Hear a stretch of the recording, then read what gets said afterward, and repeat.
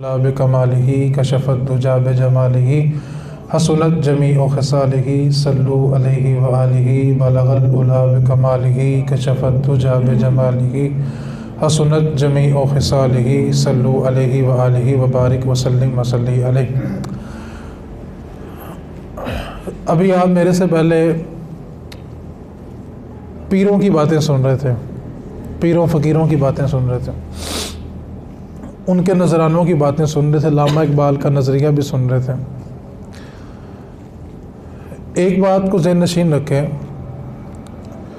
پیر کو نذرانہ صرف اس آستانے پہ دیں جو ساتھ دین کی خدمت کر رہا ہے، بچوں کو پڑھا رہا ہے۔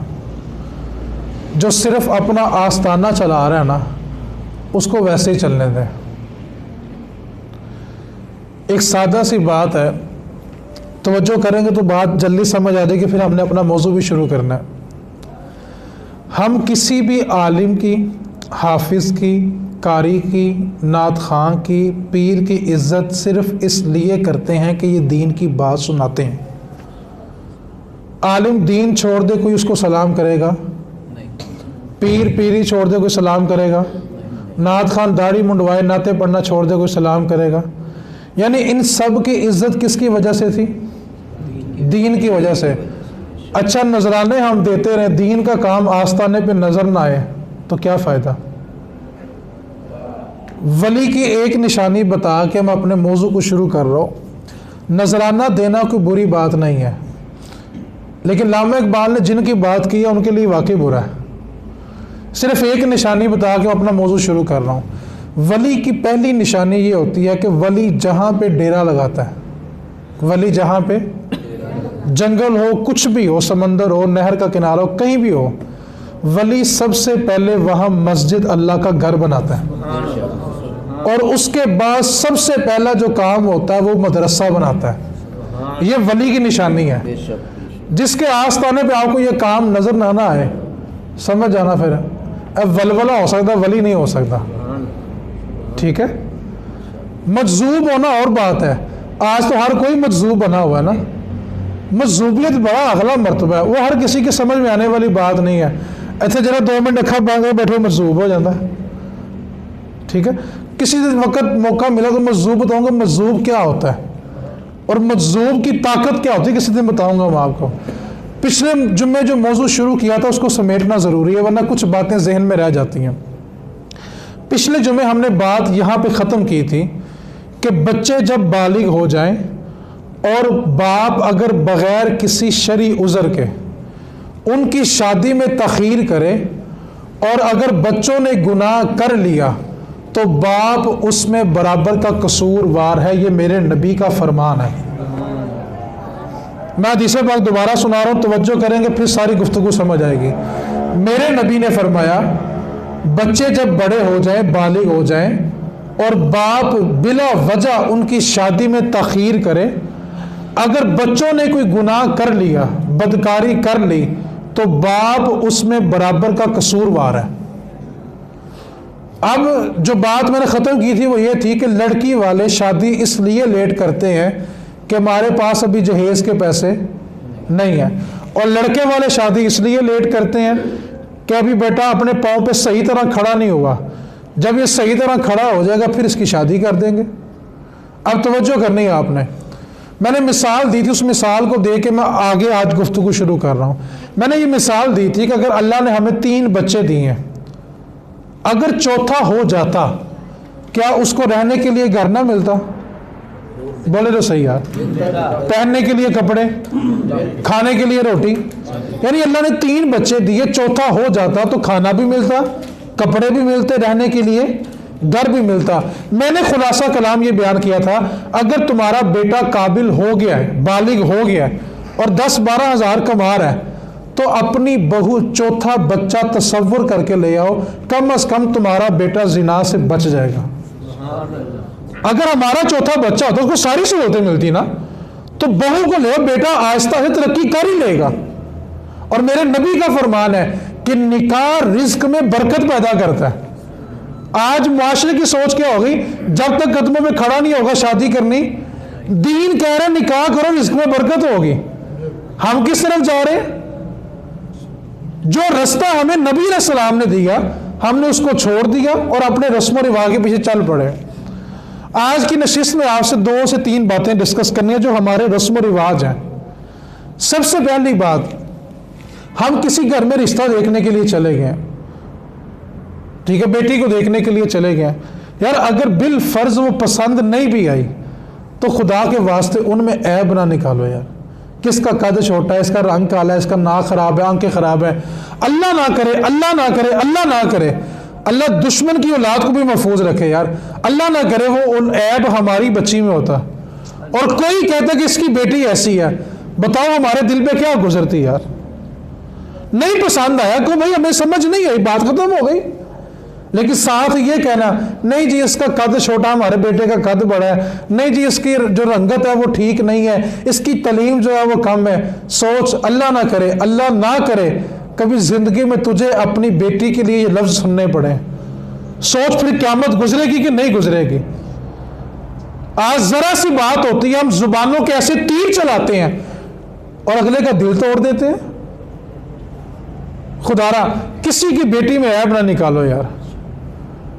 اور رسم و رواج اس حد تک گندے ہو گئے ہیں، وہ ایک دوست تھے تو ان سے پوچھا کہ بھئی تمہاری منگنی ہو چکی ہے، شادی کیوں نہیں کر رہے؟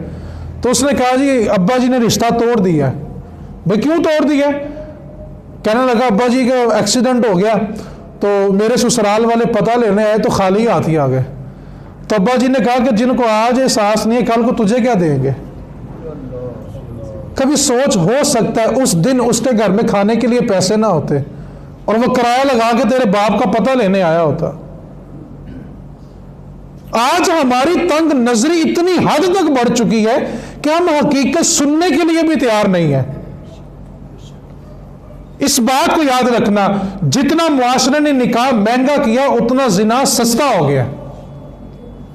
آج اگر ہم نے نکاح مہنگا نہ کیا ہوتا تو آج ہمارے معاشرے میں اتنا زنا نہ ہوتا۔ اس کی میں ایک سادہ سی مثال دیتا ہوں، توجہ کرنی ہے۔ میں نے پچھلے جمعے بھی کہا تھا کہ بات کا مطلب سمجھنا، مطلب کی بات نہیں سمجھنی، جو کہنا چاہ رہا ہوں وہ سمجھنا، اپنا مطلب نہ نکالنا۔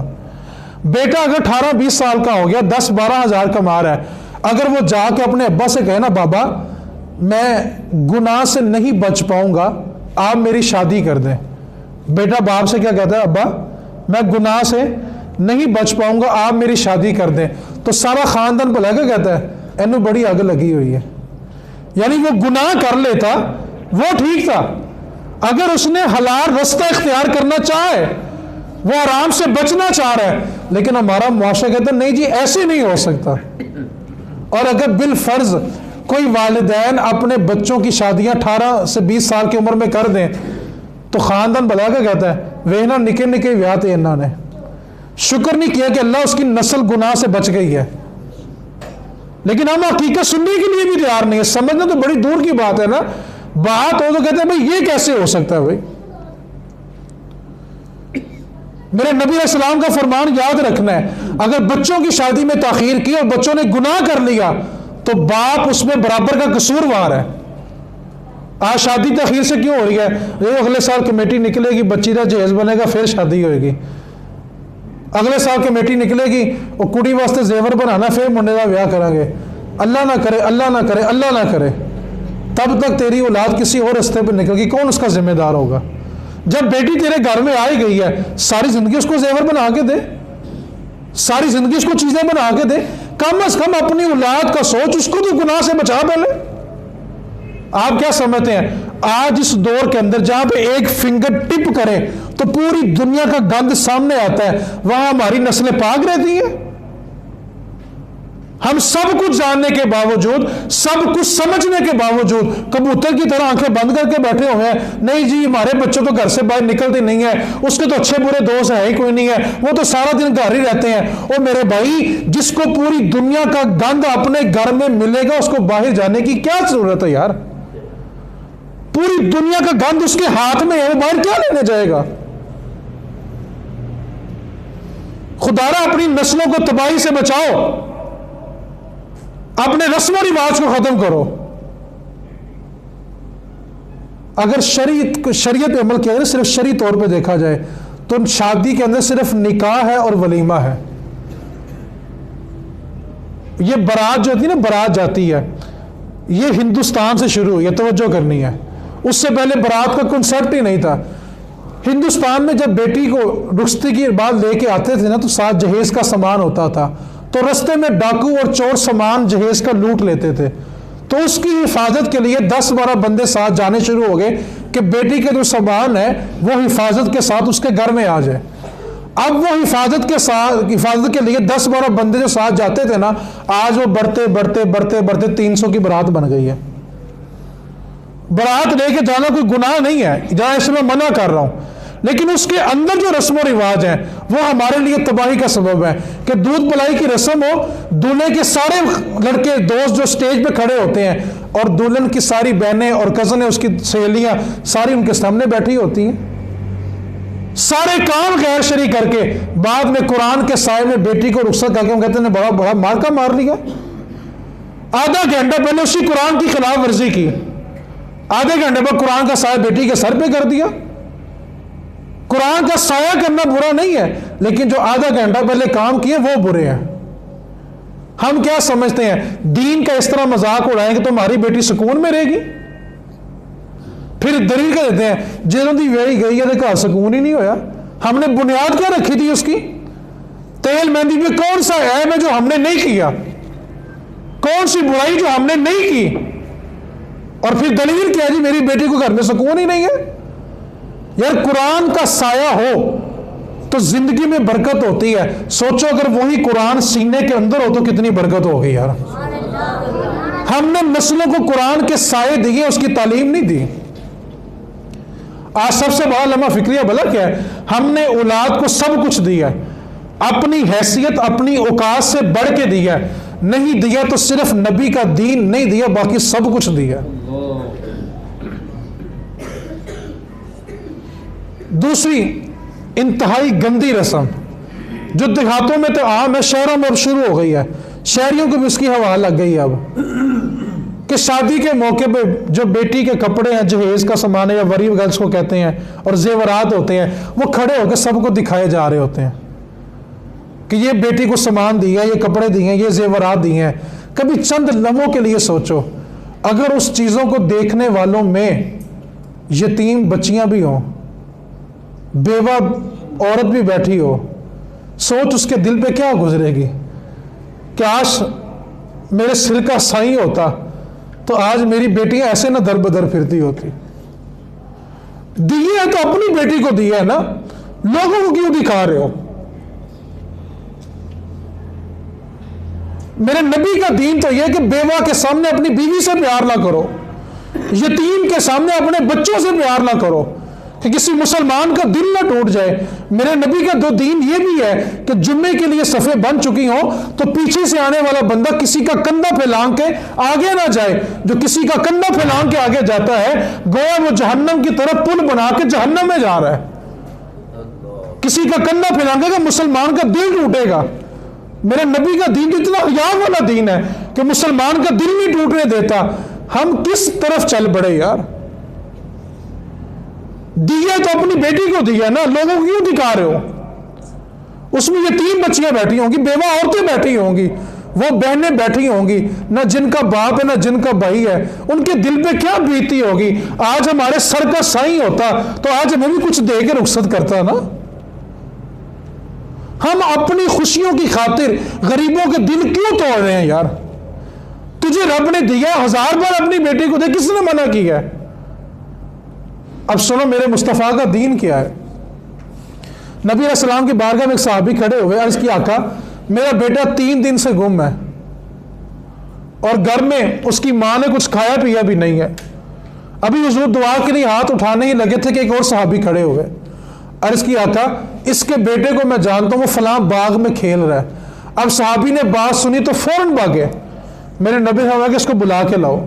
صحابی کو واپس لایا گیا کہ جی حضور. کہا بڑی جلدی ہے جانے کی؟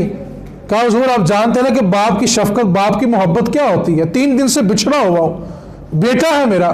تو میں حضور نے کہ جانتا ہوں بڑی شفقت ہے، بڑی محبت ہے، بڑی تڑپ ہے، لیکن تجھے بلانے کا بھی ایک مقصد تھا. جی حضور حکم فرمائے کیا مقصد تھا؟ اب توجہ کرنا، آج جو سلوک ہم یتیموں کے ساتھ کر رہے ہیں، اور میرے نبی کا دین کیا ہے؟ میرے نبی نے فرمایا کہ صحابی جب باغ کے کنارے جاؤ اور اپنے بچوں کو دوسرے بچوں کے ساتھ کھیلتا ہوا دیکھو تو جو بیٹے کا نام رکھا ہے نا وہ نام لے کے پکارنا، بیٹے کو بیٹا کہہ کے نہ پکارنا۔ اور اس کی اگر آقا بیٹے کو بیٹا کہہ بھی لوں تو کیا حرج ہے؟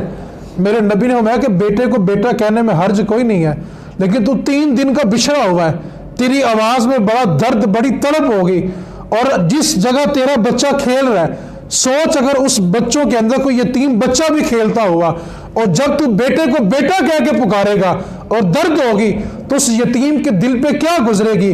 کاش آج میرا باپ ہوتا تو مجھے بیٹا کہہ کے پکارتا۔ یار یہ میرے نبی کا دین ہے۔ ہم اپنی خوشیوں کی خاطر یتیموں کے ساتھ اتنا برا سلوک کیوں کر رہے ہیں؟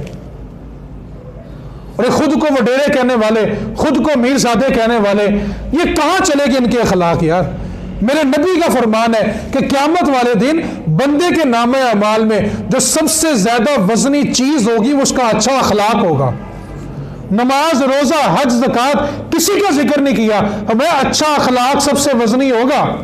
اور ہمارا اخلاق بھلا کیا ہے؟ شادی بیاہ کا موقع ہو، کوئی دعوت ہو، ہمارے 200-300 مہمان بیٹھ کے کھانا کھا رہے ہوں اور دروازے پہ کوئی یتیم اپنا کشکول لے کے آ جائے کہ باؤ جی 2 بوٹیاں مجھے بھی دے دیں، تو اس یتیم کو جو گالیاں سننے کو ملتی ہیں مجھے بتانے کی ضرورت نہیں ہے۔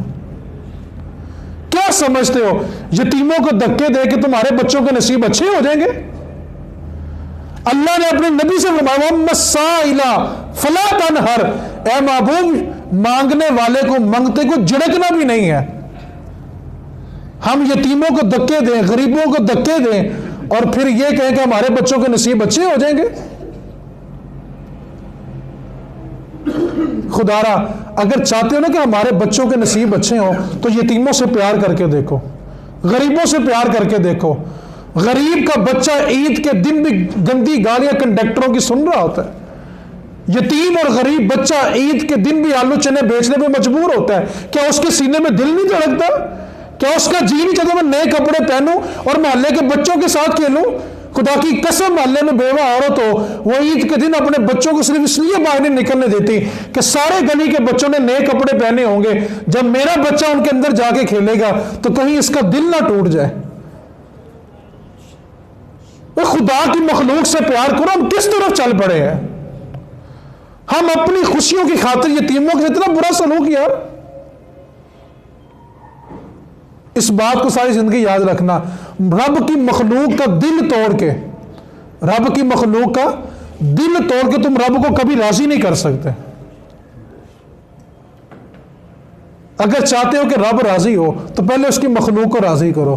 آج ہم نے ایک نئی دلیل بنا لی، جو بندہ زبان کا تیز ہو نا، بدتمیزی کرتا ہو، بد اخلاقی کرتا ہو، بدتمیزی سے بولتا ہو، اس کو چھوٹے بڑے کی یاد نہ ہو، تو ہم بھلا کیا کہتے ہیں یار یہ دل کا صاف ہے اس لیے ذرا زبان کا سخت ہے، دل بڑا صاف ہے جو گل ہوتی منہ تے بول دیتا ہے۔ یہ ہم نے نئی دلیل بنا لی، جو بندہ بدتمیزی کر رہا ہے، بد اخلاقی کر رہا ہے، اس کو چھوٹے بڑے رتبے کی تمیز ہی نہیں ہے، جو منہ میں سے پھٹ کے بول دیتا ہے۔ ہم کیا کہتے ہیں یہ دل کا صاف ہے اس لیے زبان کا تیز ہے۔ سنو، میرے نبی سے زیادہ سچا بھی کوئی نہیں تھا، میرے نبی سے زیادہ نرم گو بھی کوئی نہیں تھا یار۔ یہ کہاں کی دلیل ہوگی جو دل کا صاف ہے بدتمیز ہو گیا؟ نعرہ تکبیر، نعرہ رسالت، نعرہ تحقیق۔ یہ کہیں کی دلیل نہیں، دل کا صاف ہے بدتمیز ہو جائے۔ میرے نبی کو کافر بھی صادق کہتے تھے کہ وہ سچے ہیں، اور حضور کی گفتگو سن کے لوگ کلمہ پڑھا کرتے تھے۔ ہماری گفتگو سن کے لوگ ہمارے قریب بیٹھنا پسند نہیں کرتے، وہ دامن بچا کے گزرتے ہیں، منہ لا کے کی فائدہ ہوا؟ اخلاق ایسا ہونا چاہیے کہ جو ایک بار ملے وہ دوبارہ ملنے کو ترسے، جو ایک بار تمہاری بات سن لے وہ دوبارہ تمہیں سننے کے لیے ترسے کہ نہیں یار بات سننے تو جا کے اس بندے کی بات سننی ہے ہم نے۔ بس آخری بات اگر میں گفتگو کو مکمل کر رہا ہوں، تیسری رسم جس نے ہمارے خاندان کو تباہ کیا، شادی بیاہ کا موقع ہو تو دولہے کو سونے کی انگوٹھی بنائی جاتی ہے۔ میں نے بڑے بڑے پڑھے لکھے لوگ، بڑے بڑے سمجھدار لوگوں کو دیکھا ہے، وہ اپنے داماد کو سونے کی انگوٹھی بنا رہے ہوتے ہیں۔ اور دلیل کا دیکھتے ہیں. دیکھو جی مولوی صاحب ہر جگہ دین لین دے ہو, آخر معاشرے کے ساتھ تو چلنا پڑتا ہے نا, خاندانی رسم و رواج کو بھی دیکھنا پڑتا ہے. ان سب لوگوں کو جواب میاں محمد بخش نے بڑا ہی کمال کا دیا ہے. آپ فرماتے ہیں پیر پھساڑ پیائیں وچ ویڑے تے کڈو کڈو کر دے, جنہ خاطر تو پاپ کمائے اج کتھے نے تیرے کر دے. جن کی خاطر, جس معاشرے کی خاطر, جس خاندان کی خاطر, جس رسم و رواج کی خاطر تو نے گناہ کیے تھے, آج تیری قبر میں جانے کے لیے کوئی تیار نہیں ہوگا. وہاں جا کے تجھے حساب دینا پڑے گا. لیکن آج ہم نے ایک دلیل بنا لی جی معاشرے کے ساتھ چلنا پڑتا ہے. میں کہتا ہوں خود اس قابل بنو کہ معاشرہ تمہارے ساتھ چلے. کمال ترقی یہ ہوتی ہے کہ معاشرہ تمہارے پیچھے چلنے میں مجبور ہو جائے کہ یہ نہیں یار اس بندے کے نظریات بالکل ٹھیک ہے. میرے نبی علیہ السلام نے فرمایا کہ مرد کے لیے چاندی کے علاوہ کوئی دانت بھی حلال نہیں ہے. یہ جو کڑے پہن لیتے ہیں, کانوں میں بالیاں پہن لیتے ہیں, چینے پہن لیتے ہیں, پتہ نہیں کیا کچھ آج ہم سب نے نکال لیا. بس میرے مصطفیٰ کا فرمان یاد رکھے, میرے نبی نے فرمایا کہ مرد نے چاندی کے علاوہ کوئی دانت استعمال کی تو اللہ قیامت کے دن اس کو آگ کا زیور پہنائے گا. خدا را اس خاندان کے پیچھے اپنی قبر خراب نہ کرو, اس معاشرے کے پیچھے اپنی قبر خراب نہ کرو. جو تم سے سب سے زیادہ محبت کرتا ہے نا, جس کو تم سمجھتے ہو کہ یہ میرے بغیر جی نہیں سکتا, خدا کی قسم تمہاری قبر میں تمہارے ساتھ وہ بھی نہیں جائے گا. وہاں تم نے جانا ہے. پیر پھساڑ پیائیں وچ ویڑے تے کڈو کڈو کر دے, جنہ خاطر تو پاپ کمائے اج کتھے نے تیرے کر دے. خدا را اس دن سے ڈرے اور اپنے رسم و رواج پہ غور کرے. بس اس بات کو یاد رکھنا ہے کہ اپنی خوشیوں کی خاطر یتیموں کو ہم نے دکھ نہیں دینا. بس اس نبی کے فرمان کو یاد رکھنا ہے کہ بیوہ کے سامنے اپنی بیوی سے پیار نہ کرو, یتیموں کے سامنے اپنے بچوں سے پیار نہ کرو. ان کے سینے میں بھی دل دھڑکتا ہے, ان کے بھی جذبات ہیں. اللہ رب العزت ہم سب کو صحیح معنوں میں دین سمجھ کر اس پر عمل پیرا ہونے کی توفیق رفیق عطا فرمائے. وما علینا الا البلاغ.